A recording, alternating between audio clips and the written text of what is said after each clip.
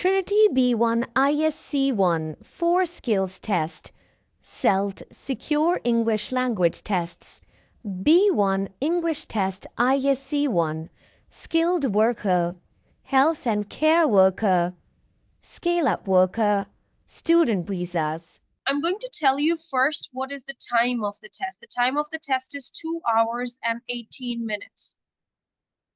Okay. 18 minutes for speaking and listening, 2 hours for reading and writing. Right.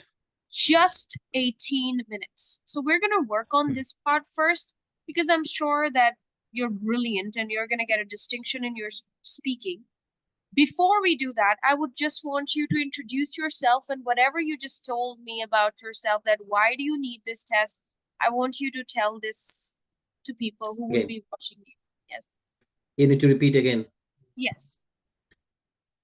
So I came here in November 21st in the year 2021, and as a site manager for this for a new project in our organization, which is in UK. And thereafter, I completed the 2.5 years, and my project is about to commission. Now I have a second assignment. My existing visa is still under ICT, and I'm going for a new visa that's Tier 2. And my organization is looking to keep me in UK as a long-term employee, and that's the reason I'm just looking for this visa process, how to get through. But as I understood that I don't qualify the UK NARIC, that's the reason I'm looking for this SELT test to get passed and then apply for the visa. Right. And how long it's been you're in the UK? It's almost now 2.5 years. All right, sir. Okay. So, as I told you, the time of the test is 2 hours and 18 minutes. In 18 minutes, we're quickly going to get through the speaking and listening. Once you will understand the pattern, we are never going to practice it again, and we'll just focus on reading and writing. Okay? I want you, because you're so well spoken, I would want you to choose any topic that you want to choose. I have actually chosen the topic, and I have forwarded you on WhatsApp as well. I have chosen my workplace as my title of the topic. Beautiful topic. And 4 topic points are reduce. Number 1 is reduce risk on safety. My workplace. Okay. Yes. And first topic point, reduce risk on risk on safety. On safety. Okay. On safety. All right. Enhance team performance. Enhance deep team performance.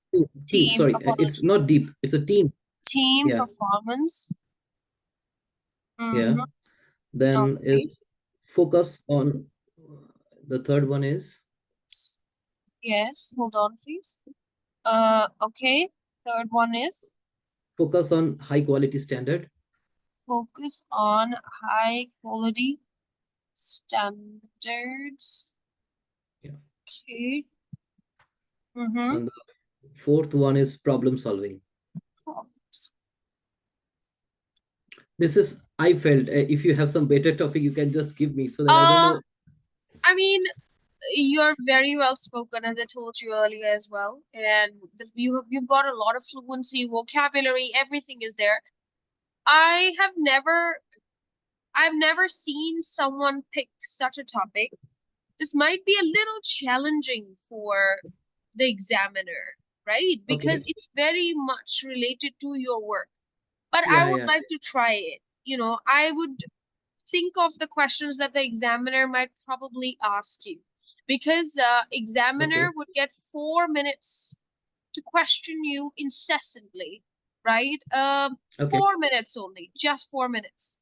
So let me try it. I don't want you to change anything because you're confident. I don't want you to feel, doubtful about this topic. Yeah, right. Yeah. So let's try this topic now. Ready? Yeah. When I will ask you what's your topic's title, then you will tell me my topic's title is this. And when I will ask you what are your 4 topic points, then you will tell me your 4 topics, right? Right. Let's start now. This is Trinity College London, ISE-1 B1. For skilled worker visa, my name's Angelina. I am your interlocutor for your speaking and listening exam today. What's your full name? My name is Pinaki Mukherjee. And where do you come from? I come from India. What's your topic's title for today? My topic title is My Workplace. What are your 4 topic points? Number 1, problem solving. Number 2, reduce risk on safety. Number 3, enhance team performance. And the 4th one is focus on high quality standards. All right. Could you share an experience with me about a problem that you had solved recently at work? Yes. So we had a challenge while we execute. We of course are building a huge project in UK, and there are a lot of problems anyway it comes across. But I can just let you know one small problem we had uh, when we plan to do a sort of commissioning in last month, where we were ready and we just got up stuck up in between due to some hitches in the system. But anyway, with the good work as a team, we could able to find out the issues, and we have resolved and helped the entire organization, and just we uh, did the commissioning in time. So that's a way we worked actually to solve the problem. All right. And how do you approach solving everyday challenges in your role at work? It depends on the type of challenges which come across. So my main focus as a leader in my organization is that whenever we come across any challenges, we just call for a team meeting. We discuss, we take opinions from different peoples or different stakeholders, and have their views how to mitigate that problem and address it. So, and again, it depends on the scenario based. Okay, so could you describe some of the steps that you take to reduce risk on safety? Yes. So the thing is that we have in this organization, we always work with people, and there are plenty of people who are attached with us and supporting us in getting the things executed. So what we do is that we, at every step of work, we prepare the statement of works, their methods, and we assess the risk, so that each activities which the people has to perform, they are well aware of what they're going to do. And prior to engaging them for work, we just give them a normal safety induction process, in which we explain what are the types of hazards which they may come across, and that will help them in their day-to-day activity. And actually, the prime focus, what is our goal, is to keep everyone safe and just let everyone out of this organization at the end of the day safely. Okay, so could you please tell me how you could help people in your team to improve their performance? Yes. So performance again, it varies from different individuals. As I mentioned, we work with a lot of people, so with a lot of difference of opinions and a lot of different views. So, but our, at the end of the project, the goal is one, as a organization, that we have to commission it successfully. So whenever I see that there is some sort of gap in the performance between any team members, we just bring it upfront, and we discuss among ourselves, and to see where we are lagging and how to support each other and to bring their performance, or to elevate their performance to the desired level. Okay, so could you please describe an experience where you had to go through different steps to improve the quality of your product? Yes, so for the product quality is concerned, we have different steps which we measures at each activity level. For instance, we are doing here construction and we are commissioning. So during the construction phase, we have a lot of activities to execute, from civil, from installation, and finally the commissioning. So at each and every step of the execution, we have a inspections, scheduled inspections, which we do, and we ensure that whatever we are delivering, it meets the protocol, it meets the inspection and testing plan, and it drives to the right quality of the final product. All right, and could you please describe how important it is to be united or to be on the same page when it comes to success of the business? Yes, so the live example is that, as I mentioned in the beginning, that we had a problem and we came out with an issue and we solved as a team together. I believe unless we are united in this sort of activities or work, sorry, which I'm at the moment executing, so we can't demonstrate a success unless we are united together. So there may be some difference of opinions or views from different people or stakeholders, but that of course brings an improvement if we address it in a correct way. Thank you, sir. This is the end of part 1. Now we're going to move to part 2. In this part of the test, I'm going to have a conversation with you for 2 minutes. And the topic that I've chosen for you is saving money. I'd like to ask you, how do you save your money? I don't save money. Yeah, I try to save money, but I don't save honestly. So yes, there are a lot of ways which can be saved, I can say, to that extent, by not allowing money to get wasted. I always believe that we earn money to put it in the right investment, and if the investments are made in a right, or if the expenses are rather made in the right way, we should be able to justify our investments. So for instance, I'm taking a lesson from you today, I'm investing some money, so that's maybe an expenses, but that expense is worth of spending, because I'm getting some teachings from you which will help me in my UK visa. So this sort of savings, you can say, though can't be justified, but it's a saving in long run, because if I stay in UK, I can be on my right field, and from there I can earn the money, and I can plan for a long-term future. All right, so could you share an experience when you saved money to buy something expensive? When was it and what did you buy? Can you repeat again, please? Yes, could you share an experience when you bought something after saving money? When was it and what did you buy?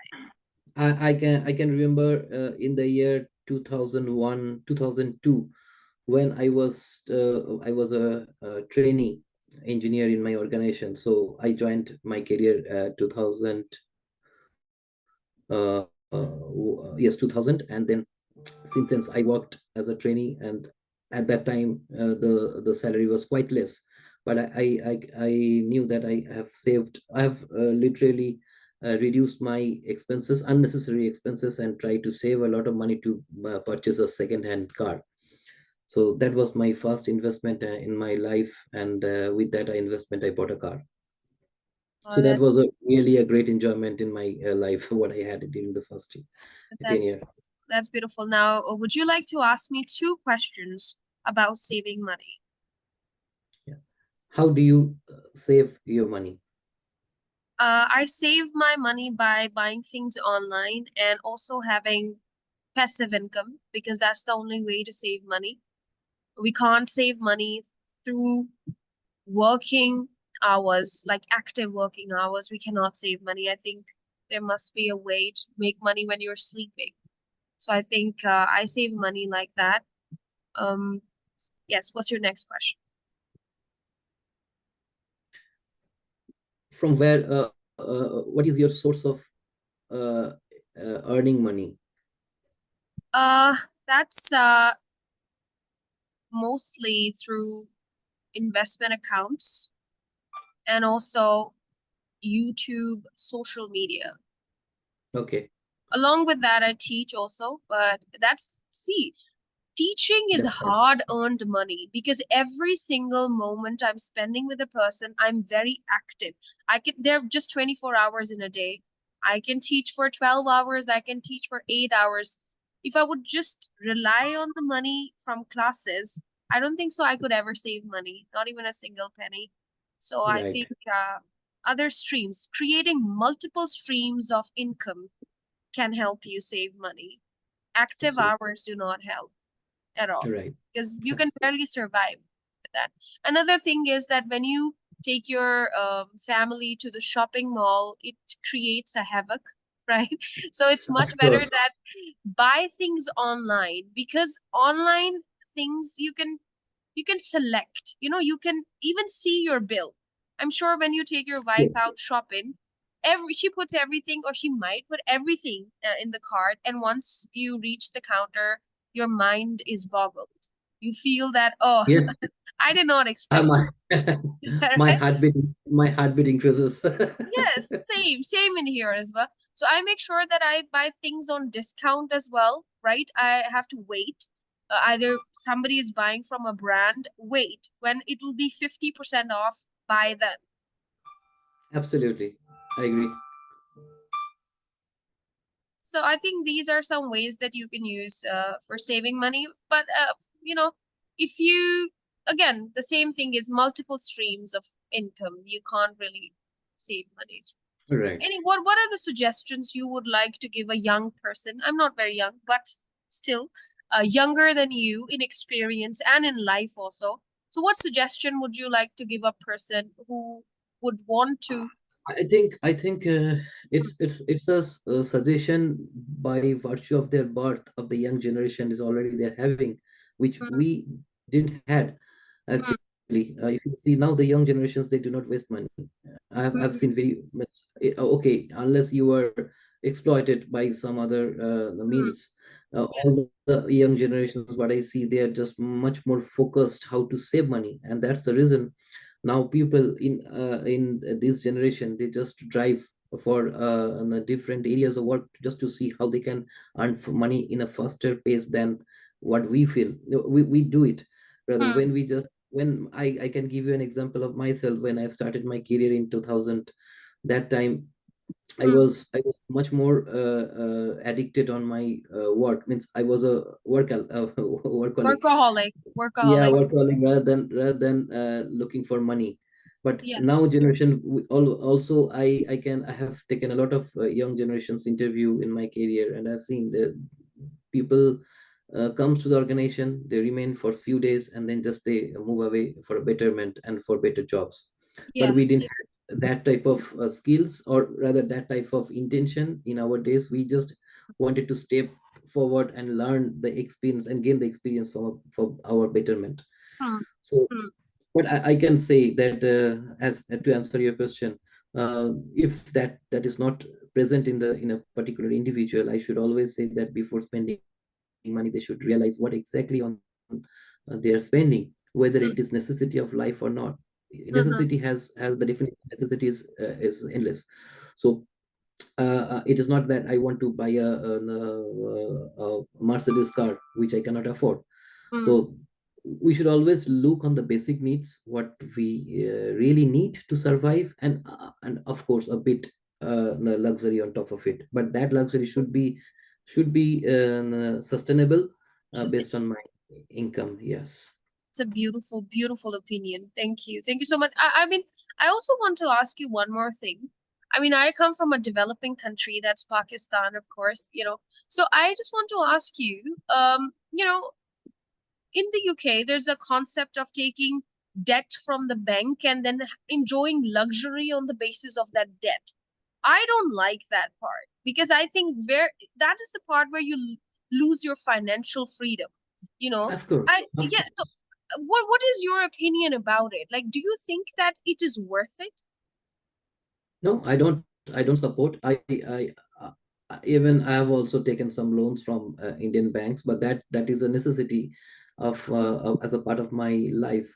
I Mm, need to buy a house. So for that, a house in Indian currency, it costs around minimum 30 lakhs, 30 to 40 lakhs.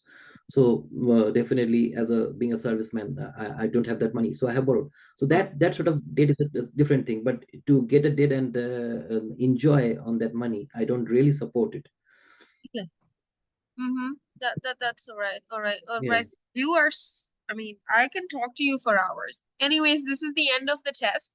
Um, so you are brilliant, sir. I don't have any words to describe how well spoken you are and your experience and your ideas, because I believe speaking is not just about English, it's about sharing ideas and thinking before you talk and what Yes. you say to people and your opinions and everything, because I think it's just beautiful. It's really nice to meet you. This is the end of the speaking test, and your score is a distinction.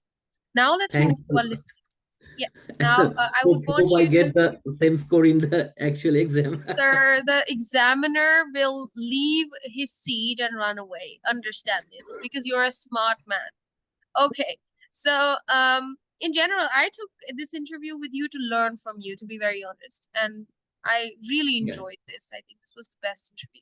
Okay, now, sir, I my want you to get a paper my and a pen pleasure. for yourself, and I'm gonna play Yeah, uh, a recording for you.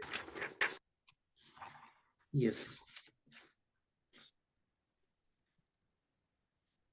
Okay, sir. I will be playing a recording about mangoes for you. I would want you Mhm. to listen to it twice and take your notes. Okay, Once the recording will end, I'll ask you 6 questions about the recording. right. Let's listen. ISE-1, Task 1. Morning, everyone. I expect all of you like eating fruit, and today we're going to talk about one of my favorite fruits, and that's the mango. In some parts of the world, it is even called the king of fruits. It's surprising to know that mango trees can grow up to 40 meters high. I thought they were much shorter. Mangoes take up to 6 months to become ripe, so be patient. About half of the world's mangoes grow in India, but India exports very few of the world's mangoes. This is because Indian people eat most of their mangoes. I'm not surprised. People say if you give someone a basket of mangoes, it is a sign of friendship. Isn't that nice? Now, let's try some of the delicious mangoes we have here today and see if you like them. Now listen again. Morning, everyone. I expect all of you like eating fruit, and today we're going to talk about one of my favorite fruits, and that's the mango. In some parts of the world, it is even called the king of fruits. It's surprising to know that mango trees can grow up to 40 meters high. I thought they were much shorter. Mangoes take up to 6 months to become ripe, so be patient. About half of the world's mangoes grow in India, but India exports very few of the world's mangoes. This is because Indian people eat most of their mangoes. I'm not surprised. People say if you give someone a basket of mangoes, it is a sign of friendship. Isn't that nice? Now, let's try some of the delicious mangoes we have here today and see if you like them. All right, now I'll ask you some follow-up questions. Right.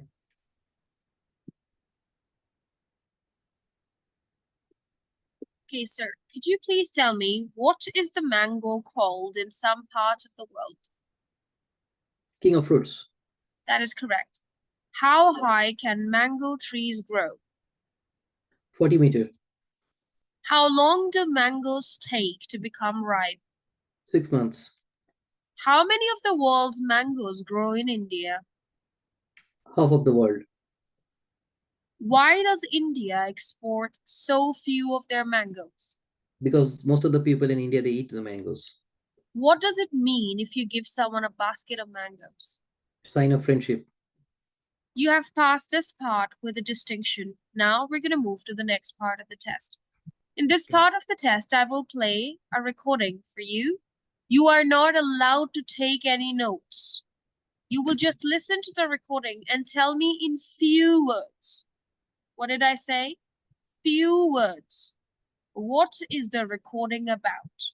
I'm going to play a recording about Ellen MacArthur. Hold on.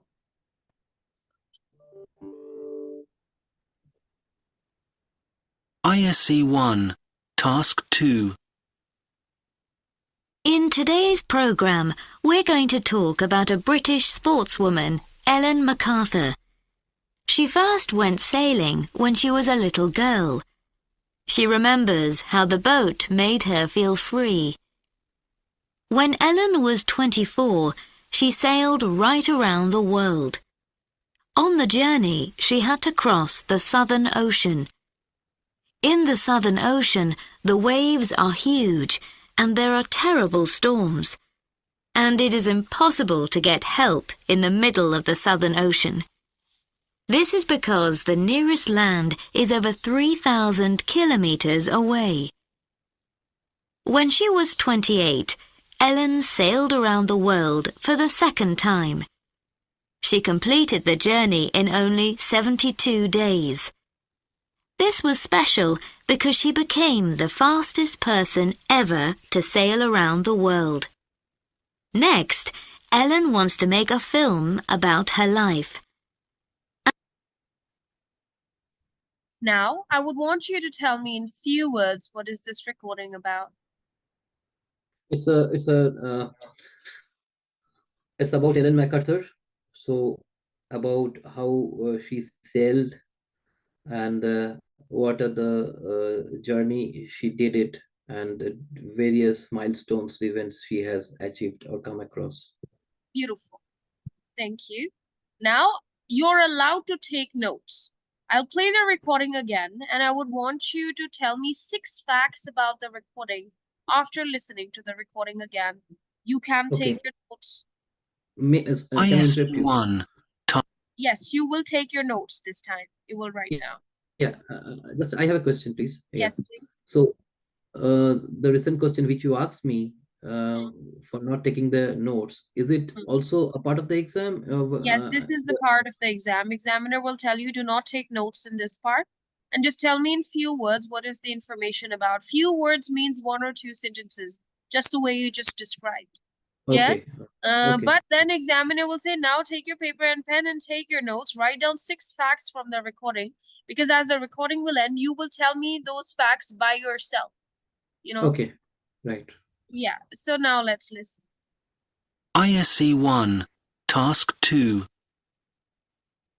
In today's programme, we're going to talk about a British sportswoman, Ellen MacArthur.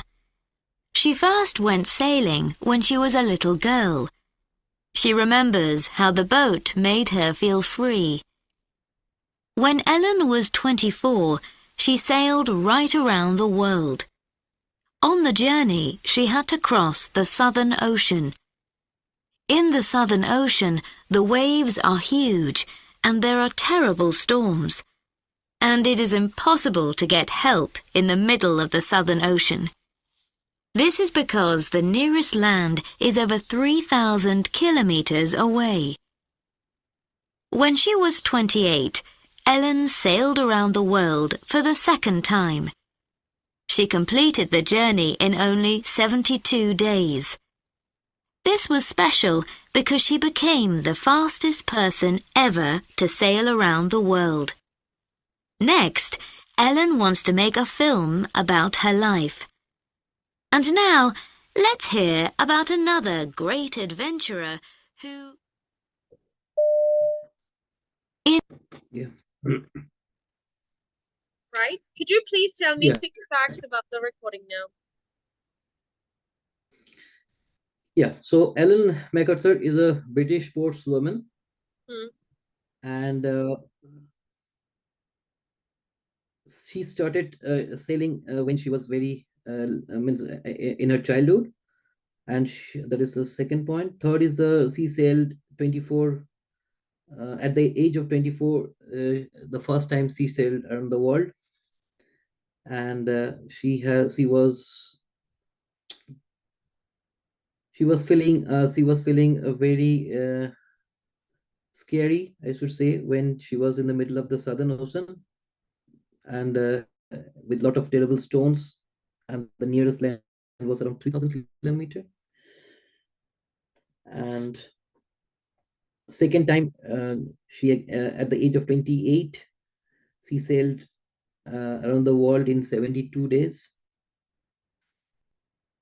and she was the fastest person to sail in the world. And next is that she's going to do a film on her on her uh, Um, career, something like yeah, on her journey, on her expedition. Okay. journey. Yeah, Sir, yeah, could you please yeah. tell me, how did Alan feel in the boat? She was feeling uh,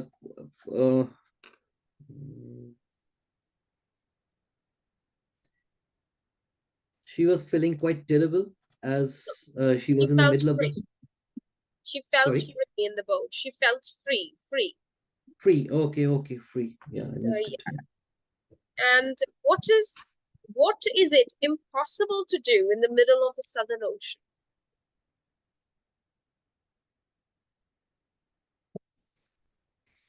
I don't remember, honestly. It's all right.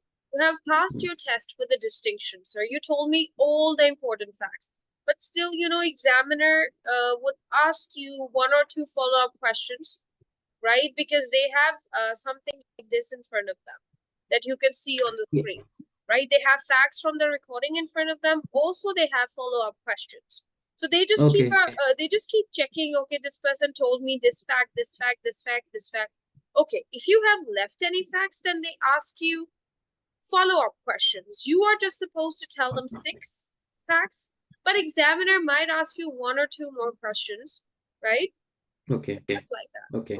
But I'm sure you will get a distinction in your listening also. You're brilliant, sir. You told me literally every single thing that is important from here, Okay. right? Because the problem which I have is that my memory is not so good. That's the reason I have a problem in the listening. Sir, you did a brilliant job. I think in the first one also you gave me 6 out of 6 questions, and here all 6 facts were correct. And you also told me very beautifully what was the recording about. But now we need to understand one thing, that it's not hard for you, but still if you feel that you are confused about any part of speaking or listening, please discuss it. No, I'm okay. Till now I'm okay. All right.